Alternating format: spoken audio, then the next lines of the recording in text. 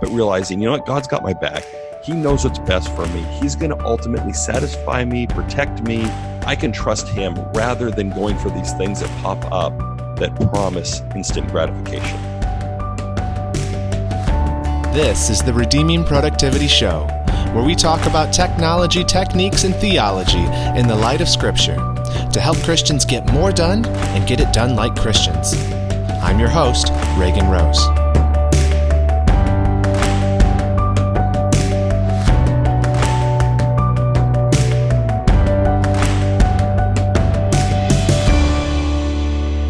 Today on the show, I'm joined by Drew Dyck.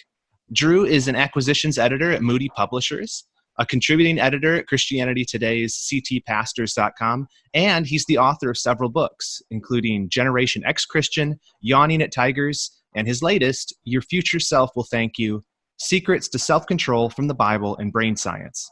Drew, welcome to the show. Thanks for being on. Oh, thanks for having me. We're Twitter buds, right? Yeah. And so, we follow each other on there. And so now this is another step where we're actually talking to each other. Someday, hopefully, we'll meet face to face. Yes. Yeah. But I mean, I feel like Twitter is, that's a bond closer than blood. So I don't know that face to face is even better. That's true. That's a good point. Twitter is very important, very intimate, better, much better than real life. Yes. And everything said on there is important. Definitely. Oh, of course. Yes. Especially my opinions. Yeah. Of course. So Drew, the reason I have you on the podcast is because you wrote a book on self-control. And obviously, I assume that means that you've never struggled with it and you're just coming down from the mountain to kind of share with us about that. Yeah, you got it right. Exactly. Perfect discipline, flawless self-control. Of course, I'm in phenomenal shape. No, I wish that was the case. Sadly, I was drawn to the topic for just the opposite reason, because I realized that I was fundamentally weak in this area. And it's not that I was doing anything especially sinister, but just especially when it came to like spiritual disciplines, like reading my Bible, praying, I just realized, man, I want to do them. I always plan on it. I have the best of intentions, and yet I just don't seem able to follow through. Same with exercise, eating, all that kind of stuff. So that's what drew me to the topic originally, was just actually my own selfish interest, because I was like, man, I need to grow in this area. Started reading about it. It wasn't even actually initially, I'd read a few books before I even decided, hey, maybe there's a book here. I was just kind of researching for myself, honestly. So I say that, books are written by people who have either mastered a topic or desperately need to. And I definitely fall into the latter camp when it comes to this one. I totally get that. I started this blog and now this podcast several years ago, and when I first did the blog, and I'm always like embarrassed because I do these episodes, or I write an article, and then I have to go to work. Right. and I have to fail at the things that I'm giving people advice on how to do. And it's the same thing for me. Is I'm interested in the topic of how to be more productive, how to steward my life better for Christ, because I know that I'm not doing a good job at it, not because you're claiming to be a guru, but because I need to get better and I got to learn. So true. And it's humbling, but I think it's good. I think those are the best topics to tackle, where you have a vested interest in it and you realize you need to grow. And then the approach becomes, hey, listen, I haven't arrived, but hopefully we can kind of explore this together and both come away stronger. Totally. So I love that. Drew, in your book, you talk about a lot of stuff. I loved the book, by the way. It is excellent, and it was really an easy read and enjoyable and educational. I took a lot away from it. There's one thing I really liked. You talked about how people are really good at making plans, but terrible at following through. And in one line, you said, anyone can sign up to run a marathon, but propelling your body over 26.2 miles of concrete is where things get rough. And I like that. I always am making big plans and then nothing comes of it. You get yourself amped up, but it doesn't happen. But why is it you think that we can't sustain that energy and excitement that we have, like when we're making those big plans? Why can't we sustain that through actually executing on those plans? Yeah, great question. I think that's a pressing one for most of us. Although I wrote that, yeah, anyone can sign up to run a marathon, although I never have. So apparently not everyone can. But yeah, I think that's true for most people, though. You get inspired, you get excited, you make a big goal or a plan. And that's the easy part, right? That's fun because then you're thinking about the results and what you're going to get from this. And you haven't really done any work other than a little dreaming and scheming. Mm-hmm. And then when it comes to the execution, that's where things get tough. And I really saw this in my own life around New Year's resolutions because I love New Year's resolutions. And because I talk about this in the book, but it's like every year, every December, I get all excited, make all these big plans. And then you know how it goes because it ends the same way for most people. A few weeks into the new year, they're all totally gone, right? And you've messed up most of them. And I think one of the big problems, one of the big reasons this happens is because you try to do too much. I know that's the case for me. So I'd make like 5 or 6 resolutions, and they wouldn't be like small things like, oh, I want to pick up my socks off the floor. They'd be like big things. I want to exercise an hour every day, or read scripture for a half an hour, or whatever it is. And then the problem is, and this was a big aha moment for me, is just reading the literature on willpower. So basically, really quick, willpower is a finite resource. Researchers discovered this about 20 years ago in a landmark study that showed that people, if they exert themselves and then try to do another task right after, they will not last as long because their willpower is depleted. And it sounds kind of obvious, right? It's like, oh yeah, of course, you can't hold out forever. You can't do something difficult indefinitely. But this was actually proof that that's how we work. And so what happens when it comes to, say, New Year's resolutions or making a lot of big goals? We set all of these big goals simultaneously. You come into the new year with this limited pool of willpower, and then it just gets depleted immediately almost, right? And so the far wiser approach would be to just set maybe one goal and make it a very incremental goal, not even a big one. And then you stick with that until it can kind of get ingrained in your life and become a habit. And then you move on to making the next goal rather than trying to do everything at once. And I realize that's counterintuitive because when we're excited to change, you don't want to make small plans. You want to make big ones, and you want to make lots of them. But that, ironically, and it's a very cruel irony, will actually ensure that you fail. No, I'm familiar with that. Yeah. We've all been there, I think. Your book is, it's about self-control from the Bible and brain science. So let's talk about the Bible. Obviously, everybody, whether they're Christian or not, is interested in self-control if they're wanting to do something with their life. But specifically for the Christian, what is the place of self-control in the believer's life? Why should we, people believing Jesus Christ, be particularly concerned about the issue of self-control? Yeah, I think it's essential, really.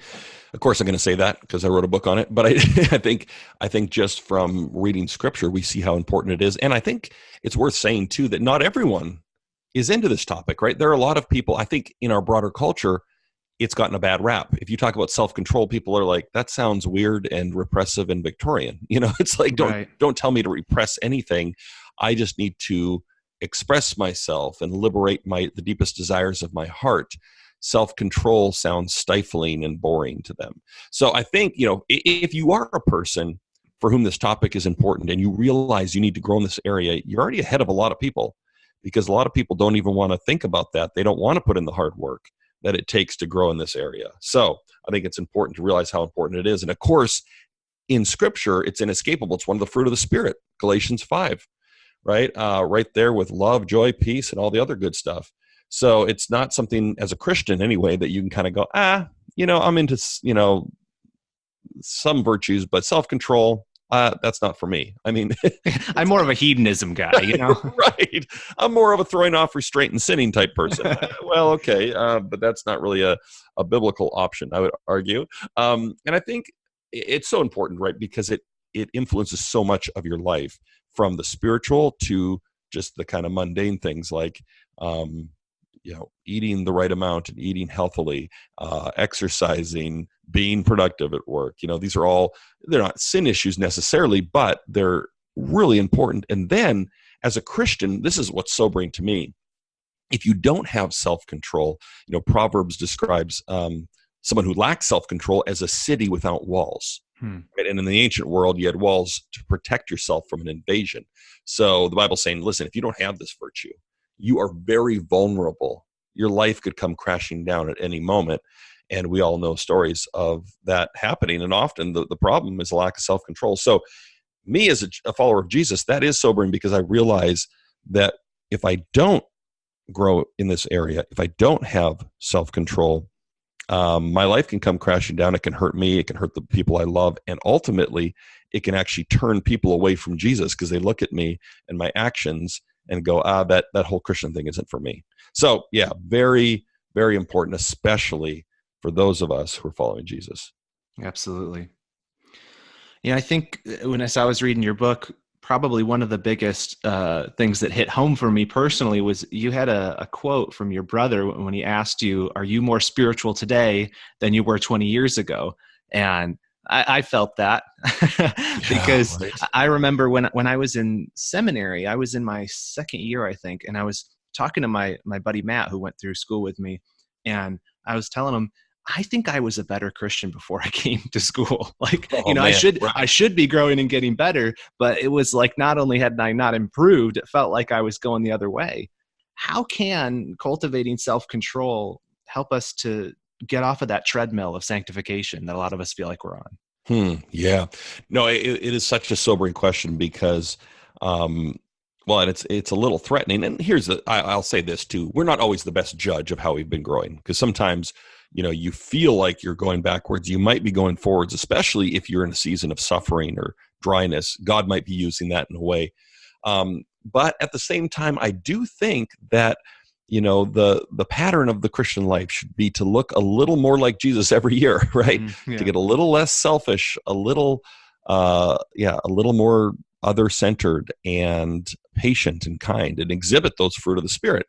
So I think it is a good question. And my colleague, Jeremy Slager, also asked me a question that kind of woke me up too. And it was kind of the opposite of the one my brother said. He said, imagine yourself 10 years into the future, and imagine that you have the same bad habits, the same besetting sins. You haven't made any progress at all.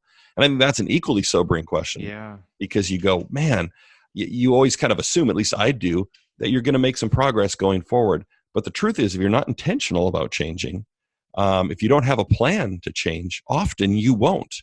And that is just a horrifying thought to me, to think that, 10 years from now, I may be no different. Or, like you said, I may even move in reverse.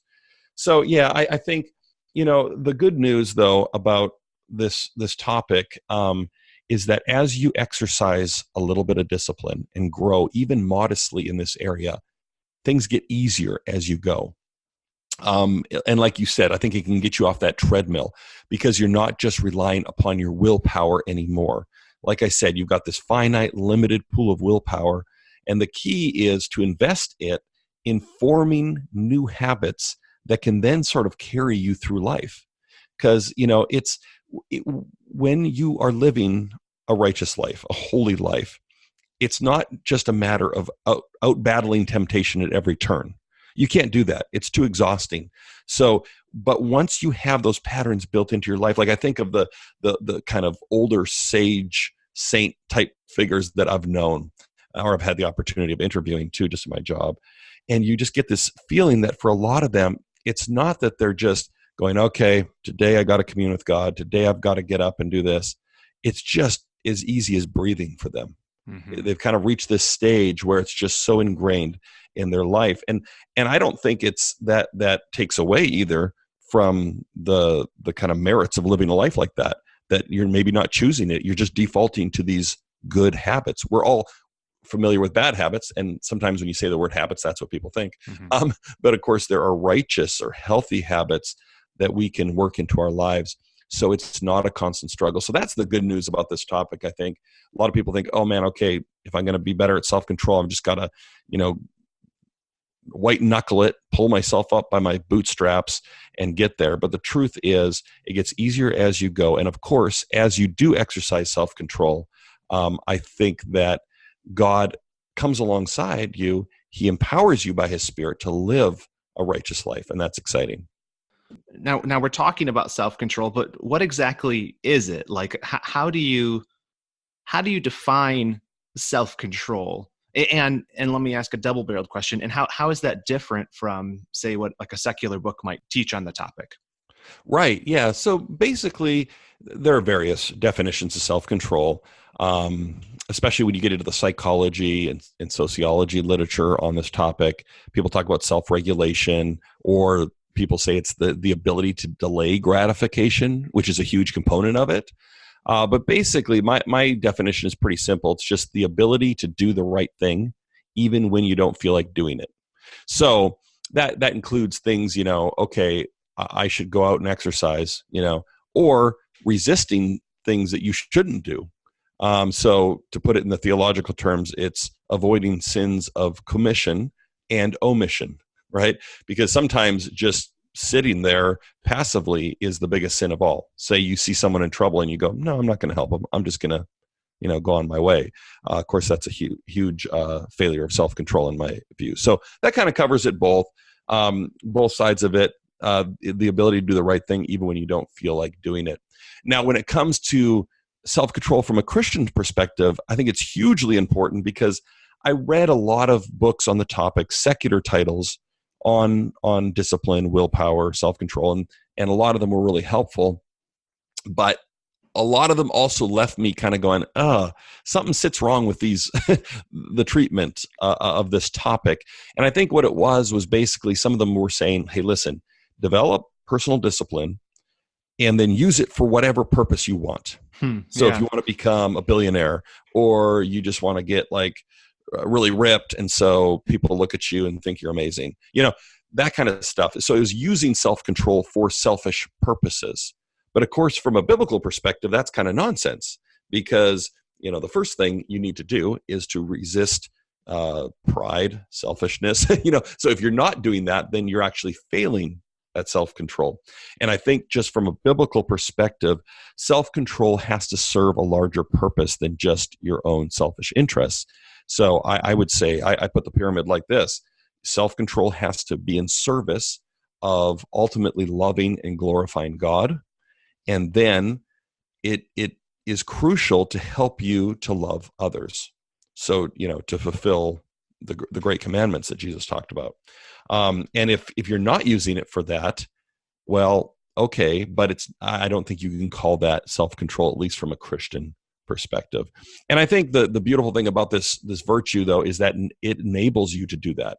It actually enables you to escape the tyranny of self and to love others. Because anytime, to be patient, to be kind, to be, any of those fruit of the Spirit, or just the most basic act of laying your own interests aside, putting someone else first, demands self-control. And so that's the exciting thing to me, is it can make you a more selfless, giving person, if you think of it properly from a biblical perspective in relation to God and others. That's well said. So we know what self-control is. We know that we need it. All right. So how do we get it? How do we actually cultivate self-control? I know you talked about this some in the book too. It seems like there's certain people out there that you just look at them and even from, childhood, I know people I grew up with in school that just from the start, they were just so disciplined and so in control, and you see that go through their lives. Or some people have it and some people don't. Can you actually get more of the stuff? Yeah, the good news is you can definitely grow in this area, or else I probably wouldn't have written a book about it. But but you're right. That'd be kind of a major downer. Right. The bad news is you don't find this out until the end. Yeah, you can't grow. You can't change. But you're right, and that is the discouraging thing to me. I talk about this in the book early on, witnessing in the people that I knew the best, including my own brother, who was just like this paragon of self-control from a young age. He wouldn't eat sugar for years, and he prayed every morning, and he was just this phenomenal kid. And I go, well, obviously he didn't have a lot of years to develop self-control. He just seemed to kind of come out with it. And I talked to one sociologist about this, Brad Wright, and he affirmed, he goes, yeah, absolutely. Some people just have higher levels naturally of self-control and discipline. and some of us don't. And he likened it to athletes. Some people are just naturally fast and muscular and strong. But he said, that's not an excuse for the rest of us not to go and work out, right? Because we can all get more athletic and stronger and healthier. And it's the same thing with this. The good thing, this is the metaphor I heard over and over again, that self-control is like a muscle. The more you work it, the stronger it becomes. So as you do things that are uncomfortable or unfamiliar, you actually gain more self-control. And it can even be silly things like there was a study showing that if you use your non-dominant hand for brushing your teeth or just daily tasks, you actually grow in your self-control in other areas of your life. Because again, you're kind of working that muscle. So yeah, you definitely can grow. Not that it's easy, at least at first, because anytime you're overcoming the inertia of bad habits and patterns that you've probably been building into your life unintentionally for years, there's going to be a little bit of grit and willpower required. But like I said earlier, the good news is that it gets easier as you go, and you can grow in this area. That is good news. Yeah, I've noticed that what you were saying about like how if you're exercising willpower and discipline in one area, you start to see it affect others too. I've noticed in my life when I'm if I'm exercising regularly, like other stuff is just happening. I'm in the Word daily. I'm doing all those other things, and they kind of just habits kind of travel in packs like that. Where if I'm being disciplined in one area, the other ones follow. But it seems like, I know it's not an all or nothing thing, but it's hard to get the engine on that train going and getting the other ones to fall behind. You know what I mean? Yes, and that's such an important point. Okay, so researchers also talk about habits. They talk about keystone habits, which are these habits that not only benefit you in the one area, but they actually exert a positive influence across the spectrum of your life. And so you just named one. Exercise is a well-known keystone habit because when you exercise, you're more likely to be productive in other areas. You're more likely to eat better, probably because you're thinking, well, I burned these calories. I don't want to get them back. Another one is like family dinners. They've shown that people that eat together every evening, their kids get better grades. Their marriages are healthier, and I'd argue the same is true of prayer. They've shown that prayer and meditation and church attendance also have this kind of positive impact. And not every habit is like this, even good habits. So it's important if you're thinking about, okay, what new habit do I want to initiate in my life? Mm-hmm. Choose a keystone habit, one that is just going to kind of lift up your entire life. That's huge. Yeah, that is huge. That's great advice.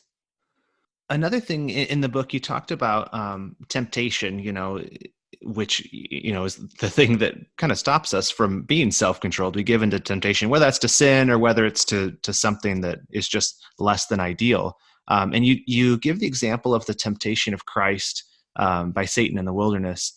And you pointed out that even though his temptation was unique, there were some principles there. And Satan tempts Christians in similar ways and you talked about these shortcuts. How can an understanding of the nature of temptation, how it works, how can that help Christians to grow in self-control? Well, yeah, I do. And I do think there's a spiritual component to this. It's not just, of course, we can sin all by ourselves, right? We know we have a flesh or fallen nature. And so, like James says, each person sins when by his own evil desires he is dragged away and enticed. But at the same time, I don't think the enemy is above kind of capitalizing on our sinful proclivities.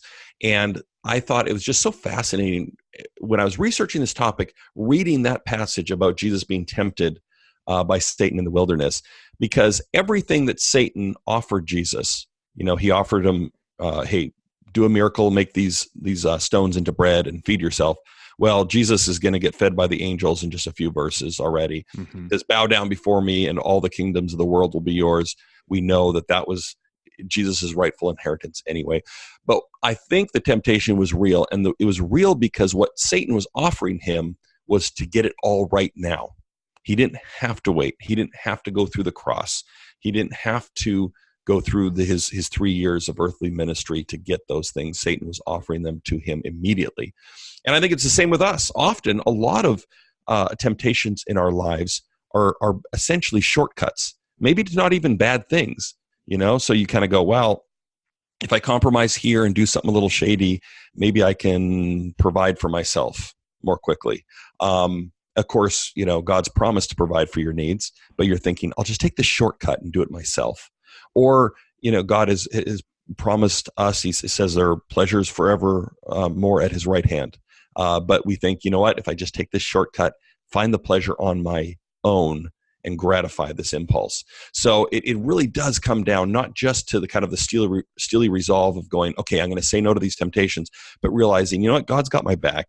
He knows what's best for me. He's going to ultimately satisfy me, protect me, watch out for me. I can trust him rather than going for these things that pop up that promise instant gratification. And I think that's what Jesus did. Of course, it's complicated because he was also God in the flesh, which gives him a very unique advantage. But at the same time, I think the pattern that he showed there is instructive for us as well. Yeah, absolutely. I love that. I love, thinking about it in terms of there's a reason that you're choosing to be self-controlled in that moment. There's a reason you're choosing not to give in. And in the examples you're giving, the reason is because I trust that God's way is best. I trust that he's the one who will provide for me in time as he sees fit. And I trust that if I obey him and I don't take the shortcut, that I'm not going to be shortchanged. I'm not ultimately going to be the loser in this thing. It's really the wisest course is to kind of stay my hand and wait. That's exactly right. That's really well said. I like that. And at the root of it is trust, right? Do you trust God? Do you trust in his promises that he is going to provide for you? Because often when that's shaky, then you grasp and try to get it yourself. And often when you do that, you do it in ways that are sinful. So yeah, that's a huge sort of theological component of this topic is trusting God. Drew, you say that these secrets to self-control come from the Bible and brain science. That's the subheading of the book. How do those two sources complement one another? What I'm getting at, in other words, is if a believer borrows insights from brain science in pursuit of self-control, is that somehow a denial of the sufficiency of Scripture, or how do we take those things from the world and integrate them with what we know from the Scriptures? Yeah, this was a concern I had actually going in, because it's like, well, are we saying that we have to kind of become amateur brain scientists in order to live the Christian life, especially? And no, I don't think so. I don't want to overstate the case, because Christians for, hundreds of years didn't have access to understanding the inner workings of the brain, and yet they could live the Christian life. But I just find it interesting, because like you put it, there's incredible complementarity between what we're finding out about our human nature, about our the way our brains work, even what I was saying earlier about willpower, that we find out it's this finite, depletable resource, and kind of we get weaker as we go. As a Christian, I look at that and I go, well, yeah, I could have told you that. The Bible describes us as these limited, fallen creatures. I think that's why it tells us to flee temptation rather than stand and fight it, because God knows that we're weak. And so I was just fascinated to read all of these studies, and so often I go, wow, this just aligns so perfectly with what Scripture teaches us about how we tick. And then other things I thought were just helpful, to understand what's going on in the brain when something becomes a habit, right? And it kind of, in that case, it starts, if you're doing something that's brand new or difficult, you're using your prefrontal cortex. But as it becomes a pattern, as it becomes familiar, it's actually relegated to a different part of the brain, and then it frees up room in your prefrontal cortex to tackle new tasks. And it's just interesting to think about that as you think about habits and changing. But yeah, like I said, I don't want to overstate the case. I thought a lot of this was interesting. And then there's just very practical stuff when it comes to habits. For instance, that the number that gets tossed around a lot is like 30 days for a habit to cement into place. But it's more for more complex tasks. It's more like 66 days. But for me, it's helpful to know, okay, I'm doing something new. This is difficult. I don't feel like I can stick it out. But if I can just last through that kind of 2-month window, it's going to get a lot easier on the other side. So that's really helpful, I think, especially when you're tackling something that's particularly difficult. Yeah, that's really helpful. Yeah, that's one of the things that fascinates me about the subject of, productivity in general. That's what I try to do on the blog and this podcast. Is some of it is looking at, okay, what are some of the things that people out there are saying about productivity, and where do I draw the line of, okay, this is helpful advice, but now they've crossed the line into interpreting, and they're saying things that the scripture speaks to, and they're giving the wrong answer, Right. And Yeah. I think of it kind of that it's somewhat maybe analogous to the world of science, that there's observable science, and an astronomer might be able to tell you about the stars and the constellations and how it works, and then he might take a hard left turn and start to interpret that and tell you what it means about who we are and our purpose of life.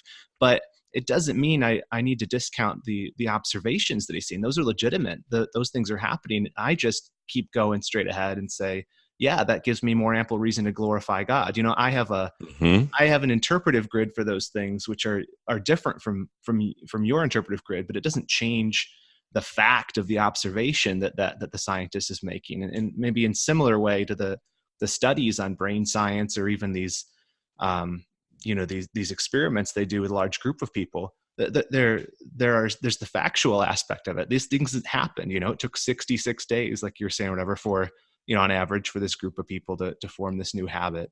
And that's true. But, if you keep reading the study, they might be telling you things that don't flow from scripture and are contrary to it.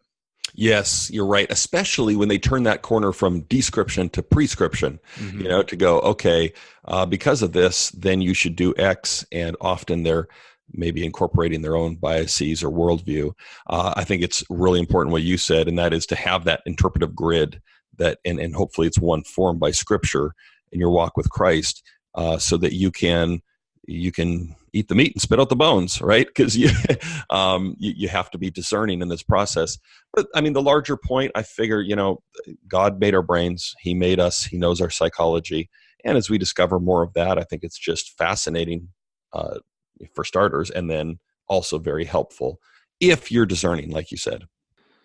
Hey, Drew, listen, thanks so much for taking the time to be on the show. This has been a lot of fun and very, very helpful and edifying for me, and I'm sure for other people listening as well. I appreciate you taking the time.